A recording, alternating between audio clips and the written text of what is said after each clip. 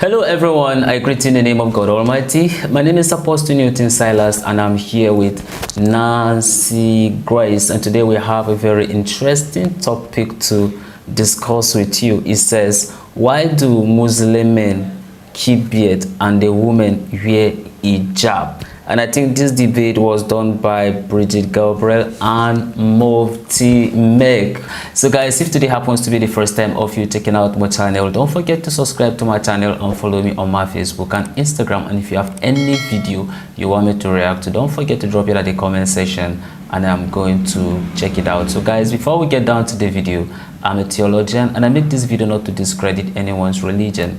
This is basically for educational purposes, and I believe that at the end of this video we all are going to learn from it. So guys, let's get down to the video and check it out. When you see the hijab at the Women's March and all that, and knowing what you came from, it must absolutely enrage you. Oh, it's very sad. It saddens me because when I see what the American public is trying to sell our daughters and our future generations as acceptable without recognizing the ramification of it. Because Americans are not seeing the ramification. When you start seeing hijab popping into a community, that's a sign of radicalization. That's not a sign of progressiveness. It's a sign of going backward. That's actually the first sign of a radicalization of a community, because that means they're becoming more devout, more following the Quran to the letter, oppressing women. A woman in a hijab means you are shameful to look at, you are dirty to look at, therefore you need to be covered because you are a walking sin. So if I am tempted to look at you or to rape you, you made me rape you because you made me see your ankle because it flashed a little bit under the hijab, and therefore you deserve to be raped, or you deserve to be beaten, or you deserve to be abused. What message are we sending our daughters? Yeah. According to Islam, the God recommended hijab for those women who are modest and pious at heart, so that the people in the society know them as modest and pious. Hijab is a sign of modesty and piousness, which dictates that women with hijab do not enjoy displaying their beauty to all, and they do not want to be known to all as hot and sexy. They are not open for flirting or asking out for a date. Their beauty, charm, appealingness, etc. are preserved for their selected special one. It is a lifestyle, and believing women feel dignified in hijab as it empowers them, gives them authority and control over the viewership of their beauty. And women who follow this lifestyle feels insulted, disrespected, and undignified when their hijab is questioned. Hijab cannot be imposed on anyone, because if hijab is forced or imposed on anyone, then that hijab will be deceptive and hypocritical, and that person may end up doing things which may bring shame on this holy dress code. Hijab has to come from within, with integrity and understanding. And the God knows what people have in their heart. If someone is not modest and pious inside, their hijab of outside is meaningless. You see, one day I was invited to a Christian school to speak, and it was a girls' school. So I went to speak to them, and the first question they told me is, why do you have a beard? Why do you have a beard? So I said, what do you mean? They said, no, these are Talibans. So Allah put it in my mind. This was a pure Christian school. You know, they had idols that they have, little pictures and portraits and so on. I said, you know, to be very honest with you, we follow the prophets. And you know, I don't want to use the Prophet Muhammad's example because you don't believe in him. We are talking now to Christians. But I want to tell you, when I walk in the streets of Harare, Harare is the capital of Zimbabwe, where I come from. When I walk in the streets of Harare, the small boys, they say, Jesu. You know what is Jesu? Jesus. Says, there is Jesus walking. But when they see your priest, they don't say that. Are you following what I'm saying? Yeah. When they see your priest, they don't say, there is Jesus walking. I say, but why? The reason is, we follow Jesus as well. I did not see Jesus without a beard. Anyway, I saw him with robe, and you drew the picture. I don't even believe that that is the proper picture, because we are not allowed to make those pictures. But you drew the picture. According to your picture, I have got a beard. I look closer to him than any one of you. So they were quiet. So one other girl thought she was clever. So she said, but what about your women? Why are they also covered? You cover them. You know, this question comes up all the time. So I said, because we follow the Mother Mary. Finished. Closed. Topic closed. Topic closed. Our women are closer dressed to what Christianity teaches than the Christians themselves. We are purer in Christianity than the Christians themselves, because look at the dress code, look at the morals, look at the conducts, look at how strictly we follow the 10 commandments, look at how we would like to, stop certain things from happening and so on. And every little while they find it creeping in. The church sometimes will allow homosexuality, they will allow, it changes. They change it in order to get more people to follow. With us, even if no one is following, the deen will remain. And still there will be people who will follow. So let us remember, when you want to think of answers and when you have discussed, you will have the answers. Now, to cover yourself, how can that be oppression? Because today I am covered. If in 50 years from now, they might tell the men that if you don't move with shorts, you are oppressed, then what are we going to do? All of us are going to move in shorts. Allahu Akbar. Can you imagine myself and everyone else here sitting here in shorts, one short only like this? They say, no, if you don't wear shorts, you are oppressed. So the sisters who are seated here, some of them are fully covered, some of them have their faces open. Nobody has forced them to do that. It is their own will. They are Muslim, they are surrendering to Allah. So we believe that in the same way, you see, sometimes people say it is oppression to cover. Why are you covering? I have had questions regarding my own family where people say, why do you force your family to cover? And I tell them, you ask them. Did I force them? I didn't force them. No, it's oppression. So I am oppressed. Yesterday I was in Colombo and I gave this example and I want to give it to you. It's a very good example. I was one day sitting in an aircraft a few years ago. There was a man who sat next to me and he looked at me, he doesn't know me, he doesn't know anything about me, and he told me, you people oppress your women. To start with, no hello, no how are you, no good morning, nothing. You people oppress your women. So I looked at him and I said, Ya Allah, what should I tell this man? He wants to fight. You see, he wants to fight. He wants to argue and debate. So I can't talk to him on normal terms because he didn't talk to me on normal terms. So he was with his wallet looking at something. You know the wallet where the money is? He was looking at something. So I looked at him, I said, you are oppressing your money. He told me, what do you mean? I said, the same thing you mean that we oppress our women. So he said, why? I said, because you are covering your money. Your money is covered. Everything is covered inside there. Can you see? He said, no, but this is because it's money. It's valuable. I said, our women are also valuable. They are valuable. So sometimes when you talk to someone who is foolish, you need to give them a foolish answer also. Foolish. They don't understand. Then he was quiet. He just did and he was quiet. There was no other answer. So the thing is, we believe, and if you study, you will find today divorce is very high across the globe. And today problems have increased, marital problem. Today people are interested, may Allah protect us. We are in a Muslim country, we are happy and we thank Allah. But some other places in the world, men are interested in men and women are interested in women. You know what I'm talking about. Now in some countries, some of the most developed countries, I was reading an article recently, there are some people fighting. Listen to how people are taking not only religion away from us, but they are taking our brain away from us. There are some people in developed countries who are fighting to say we are free to marry our dogs. Wallahi.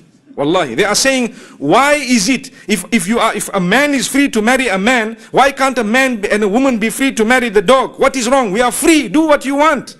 They are fighting it. That is how the issue of homosexuality started many years ago, in the same way, where people said we are free, until they convinced some people that we are free and they started. So now they started the other ball rolling, very soon they will allow it. Astaghfirullah, may Allah protect us. So if you take a look at the Islamic ruling of covering, when there are women all over who are not covered, you have some, they might be more beautiful than others, and you have some, maybe their character is not good, and so they're all different types. Like if you have a motor vehicle, say for example you have your motorbike. I notice, mashallah, here most people have motorbike. When you buy a motorbike and you are riding it, you are very happy because it's brand new, isn't it? But after some time you saw another motorbike, you say, oh, that one is better, I will get that one inshallah. And then you continue, after some time you change your motorbike, you get a better motorbike because you saw it. If you did not see that other motorbike, forever you were going to believe yours is the best. Wallahi. Look, you have a phone. If you have iPhone 4S, it's the latest, isn't it? So if you have iPhone 4S, you are very happy, you are excited, you keep in your pocket, you know, you talk. There is something called Siri, you talk and you see and how it works and everything. You are very excited. But when you see iPhone 5, you say, oh, now mine is not latest. But if you did not see iPhone 5, up to when you die, your iPhone 4S is the best. Do you agree with me? Yeah. There you are. So Islam says, your wife, when you got married, you are so happy, she's your bride, you had big function, you had such a nice place, father of the bride came, you came, everyone came. So when she is yours, you lower your gaze, you did not see another model. So you are very happy until the day you die, you think this is your best, finished.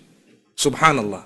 But when you are looking here, looking there, and they are exposed, someone shows you hand, someone shows you leg, what happens? Your model now, you are not happy anymore. So divorce, I want another one. You see? And this is why it's happening on the globe. So Allah says, put nice clothing, so your beauty is covered, so it is appreciated. Other men, they will look down, women must look down, and the issue of lowering gaze is not only for women, both for women and for men. Lower your gaze. You don't have to stare someone, look them up, down, up, down. No. In Islam, we don't do that. So people say, no, you are free. Wallahi, now, there are laws which in some countries they are saying, when you stare at someone, it can be called sexual harassment. So they want to jail you for looking. They want to jail you for looking. Islam from long has told us that be respectful. What is wrong? Now they are telling us, no, Islam is barbaric. How can they say that you are not allowed to look? But themselves they are saying that if you're looking at me too much, you are being very, very, you are being abusive. Sexual abuse. May Allah protect us. So we need to know the issue of dress code. We can answer them with logic, not with religion. Put religion on one side. We talk with logic to say, look, if you have someone, like I said a few days ago also in one of my talks, that you see the hair of a woman, when no woman's hair is showing, when someone gets married, that hair is so valuable, it attracts him, he looks at it, he appreciates it, and so on. But when everyone's hair is open, one uses Head and Shoulders, the other one uses Pantene, the other one uses this, Palmolive, and someone uses different thing. One hair is flying this side, one hair is flying that side. So what you have, you can't appreciate it, because if you see your wife's hair, you say, no man, but that other one I saw was better than this. So you're not happy. So the best solution is just cover yourself. And the best solution is lower your gaze. And this is why we believe firmly you need to work hard to be happy with what you have. Islam teaches us contentment. Be happy with what you have, because wallahi, if you are not happy with what you have, your race will only end when you die. You will keep on running. Someone, for example, they have a nice cell phone, a mobile phone. It's okay. Every time latest one comes, you want it, you want it, you want it, you want. When will it stop? When you die, it stops. You see? If you follow what is latest, but if you have this phone, it is fulfilling your purpose, you need it maybe for email, for SMS, you need it for this, for that, whatever your purpose is, it is fulfilling, stay with it. When you need to change because it is something material, when you need to change it for some reason, if you can afford it, then you change. Many people, they live beyond their financial means. Why? Because they want to follow what they see in the television. Oh, I need that phone. If there were no adverts today, we would all be very happy, more happy than what we are. Because an advert, what does it do to you? It shows you something which you don't have in such a way that you want it. So sometimes your money you are saving to buy a house, but instead of buying your house, you saw something else, you took some money from there and bought it, but that was not necessary. Why? You saw the advert. Better you didn't see the adverts.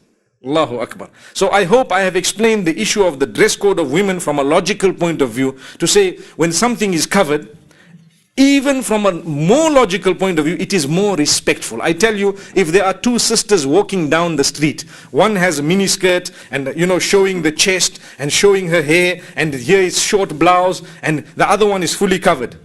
Young boys, who are they going to whistle at? Who are they going to do that to? They will trouble. Hey, Who are? They will come, hoot, make noise. With who? This one or that one? The one who is not dressed properly. One who is dressed properly, they won't try all that tricks. So all the people, they are either my sister, my daughter, my wife, or my mother. Your sister, your daughter, your wife, or your mother, or someone related to you. So in the same way, you don't want someone to play and tamper with your sister, your wife, your mother, and so on. You would not like also to do the same with somebody else's sister, or wife, or daughter, or mother. Very important for us to know. Like I said, there are rules. What you like for yourself, you don't bump into somebody else. I want to do to someone else, but I don't want them to do to my family. How? We ask Allah subhanahu wa ta'ala to grant us protection. This issue of, women wearing jeans and t-shirts and so on, and taking out showing their hair, it only started a few decades ago. Before that, in the whole world, it was not there. The Victorian era in Europe, the women used to wear long dresses. Right now, 1950s. Long dresses to the bottom, never showing their legs, not even showing part of their legs. And they used to wear a big hat like this with a net. The hat used to have a net around it. They used to wear that up to recently. And only now, a few decades, it started. So we still want to preserve our way. And we ask Allah subhanahu wa ta'ala to grant us goodness. We don't trample on other people's feet, and we hope that they don't trample on our feet. In the same way that the secular world considers it oppression. Yes, the secular world considers it oppression. To force someone to wear hijab, we say it is oppression to force someone to remove hijab. Same thing. So we ask Allah subhanahu wa ta'ala to open our doors. With this I end saying, Jazakumullahu khaira wa assalamu alaikum wa rahmatullahi wa barakatuh. Like, share, and subscribe to create awareness.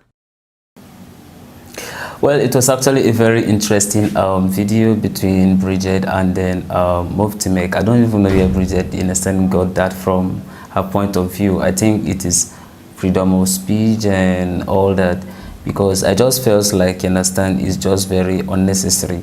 How would somebody, being not modest, and then you call it, oppression, that people should be free? So it means that people should be free, walking naked. You see, for instance, when you look at, our ladies nowadays, of course, you got to realize that the rate in which people commit crime is just going high and high every day. Why is it going high? Most of the men that you see them, they go out to go and do this, do that. Why? Because they want to have money to be able to impress another lady. That's just all. They want to buy a car so that they can impress this lady. They want to, so that they can be in the club and spend the money. They want to. It's not that because they are even doing that to even go to the church or go to the mosque to go and support works of charity and all that. Even though God don't even need those things. They are actually doing these things to go and just impress a particular woman, and that's all. And that's why I see the women of nowadays, they keep competing for Brazilian hair. This one says, I have Brazilian hair. This one says, oh, it's synthetic. Yours is not original. Where did all these things come from? If you look at it in a sense, for the Muslim, are they competing for things like that? No, because everybody is competing. So whether you wear Brazilian hair or you don't wear Brazilian hair, it does not matter. At the end of the day, the hijab still cover it. So whether you wear Brazilian hair or you are wearing Italian hair, who knows? Because everywhere is what? Covered. And then that's why you see the rate in which I see people normally have depression. Somebody became very depressed, or you see somebody because of maybe he was having a debt and all that, the person became depressed and then went on to commit suicide. This kind of things don't really happen in most of these Muslim nations. Why? Because they do not compete, with each other in some of these material things. These unnecessary things. You see somebody get depressed because he has a wife, and the wife have friends, and in their friends, whatever they normally do, maybe they have a particular dress they want to do, maybe a particular bag, a particular blouse, and all those things, and you are trying to do everything to make sure that you make her happy. Whereas these hands, they are not equal. Some have the money, some don't have it. Then you do everything, you borrow money, take loans from banks and friends and all that, and you become depressed. Before you know, the person just kill himself. Why? Because he saw another person using one thing and she also want to have it. And since you are the man, of course, you have to find a way of what? Pleasing her. But imagine that, it's not like that. How many of them, in a sense, do you even see them, in a sense, exposed to whether they wear Rolex or not? Or their earrings, whether the earring is from whichever, I don't know, it's you women that understand all these things. You understand? They just cover, just wear your hijab, and they are just being modest. I don't know where Bridget get these ones from, that exposing women is oppression, is this, what message are we sending to our ladies? So I don't understand. Should we allow our ladies to be walking naked or what? I don't just understand her own point of view, though, but I felt it was just very unnecessary. Seriously, either as a Christian or as a Muslim, it's been expected of you to be very modest in everything you are doing. We expect this level of devotion. You get being piousness, you understand? And all these things, in a sense, should be seen. That's why I say, by their fruit we shall know them. You cannot be working naked and then you are just telling me that they are talking to me about God, that God see the inside. And what does God see from the inside? What does even people say? That is why I say what that is bound here on earth is also bound in heaven. So you cannot, you understand, you understand, promoting, you understand, insanity in the society in the name of, you understand, freedom. I do not see any freedom in it, but then women, sorry, but I'm just saying the truth. Okay, I'm just saying the truth. But then we also have Nancy Grace here. What do you have to say about Mufti Menk and Bridget? Like, yeah, I have learned a lot and he has said a lot. So I just want to say a little thing I learned that is very, very important for women to cover themselves. There's something that is covered, I think, is something that is valuable. So it's very, very important that we cover ourselves. It may not be a must to cover everywhere or to wear hijab if you are not a Muslim, but very, very important to cover, to be modest in your dressing. Secondly, what I learned, I think I love this one, be contentment. Honestly, is killing a whole lot of people. They are not content with what they have. They just want to have a lot. They just still want to. The more you get, as the Bible says, is the more they want to get. And you cannot get the whole world. You cannot get everything. Just let's be content with the one we have. Let's be content with the partner you have. If you have a partner, don't just see him as everything. Stop looking around. Just be content. So that I think that is the reason why, as he said, that divorce all over the whole place, because they are not content, honestly. So let's just be content with whatever God has given you. Be content and appreciate it. yeah. You see, there's one here. You see, she did not cover her hair, right? So you see, some people be watching from the studio, we say that, oh, I like Nancy hair, you know, I like the way she make her hair, which is not what you are supposed to concentrate on. You're supposed to concentrate on what is coming out. But imagine she cover her hair. You see, somebody's attention could have not been on the hair. It could have been on the word that is coming out. Well, anyway, that's very interesting. So guys, this is the end of our video. If you like our reaction, you should like, share and subscribe. And if you have any video you want me to react to, don't forget to drop it at the comment section and I'm gonna check it out. So guys, remain blessed.